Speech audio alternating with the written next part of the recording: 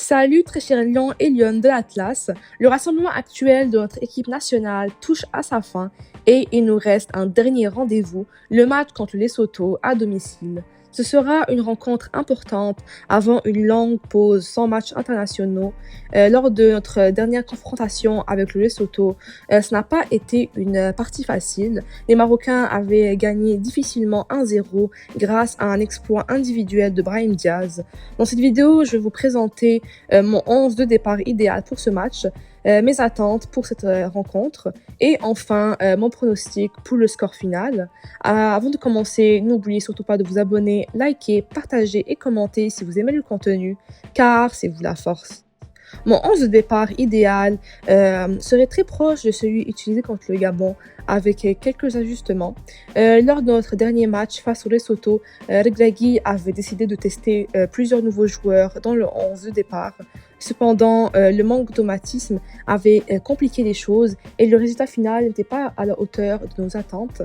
Avec environ un an avant la prochaine CAN, il est crucial de travailler ces automatismes entre les joueurs cadres tout en trouvant des solutions pour combler nos faiblesses. C'est pourquoi pour le match de lundi face au Lesotho, je privilégierai vraiment les joueurs confirmés en début de rencontre en intégrant justement de nouveaux éléments dès le début de la seconde période pour leur donner une réelle chance de s'exprimer, sachant que c'est l'un de nos derniers matchs sans enjeu avant un long moment.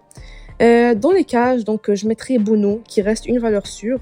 En défense centrale, Halkas a montré au dernier match certaines limites, ce qui pourrait vraiment nous pénaliser à l'avenir face à des adversaires plus coriaces. Je choisirai donc Messina avec Agred, car justement, pour évaluer vraiment les réelles qualités de Messina, vu que celui-ci, ça fait longtemps qu'il n'a pas joué avec l'équipe nationale, mais il faut vraiment lui laisser plus qu'une simple fin de deuxième mi-temps pour vraiment voir ses atouts et ce qu'il peut apporter pendant le match, surtout que quand même en défense centrale, c'est quand même un poste important. Donc quand même lui laisser un match complet, ça serait, je pense, pleinement pour vraiment voir toutes ses capacités. Sur les côtés, je garderai le duo Hakimi à droite et Mzraoui à gauche en tant que latéraux, avec la possibilité de pourquoi pas faire rentrer Aznou en seconde période. Au milieu de terrain, je mettrai le Mrabot, qui est vraiment indiscutable, accompagné de soit Ounahi ou bien de Terghalin. J'hésite ici car Terghalin est un joueur prometteur que j'aimerais vraiment revoir, mais face au Lesotho qui jouera quand même sûrement avec un bloc bas. Ounahi semble être quand même une meilleure option pour vraiment apporter de la créativité offensive. En numéro 10, je repartirai avec Benserer, entouré de Brahim Diaz et Zelzouli sur les ailes. Et en seconde période, j'aimerais vraiment voir Sahraoui prendre du temps de jeu pour apporter un peu de fraîcheur.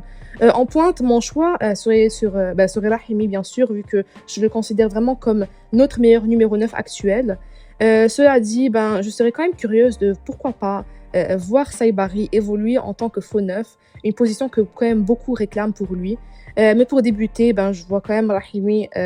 Rahimi reste ma priorité, avec l'idée de pourquoi pas faire entrer Saibari en cours de jeu, soit en neuf ou bien sur une aile. Pour ce match, j'attends vraiment de voir justement un Maroc dominateur, capable de maîtriser son jeu et de se créer plusieurs occasions franches, tout en restant efficace devant le but.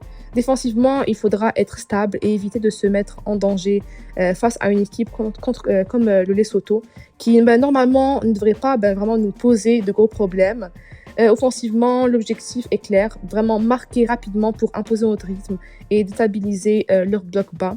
Je veux aussi voir justement des joueurs comme Zelzouli se démarquer davantage, car face au Gabon, on n'a pas vraiment pu voir son plein potentiel.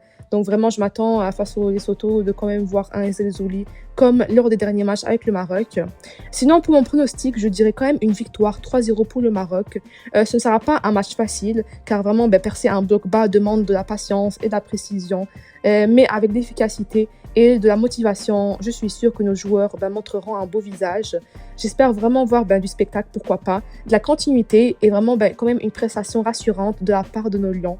J'ai très hâte de voir ce match et on se retrouvera pour une analyse d'après-match. À la prochaine.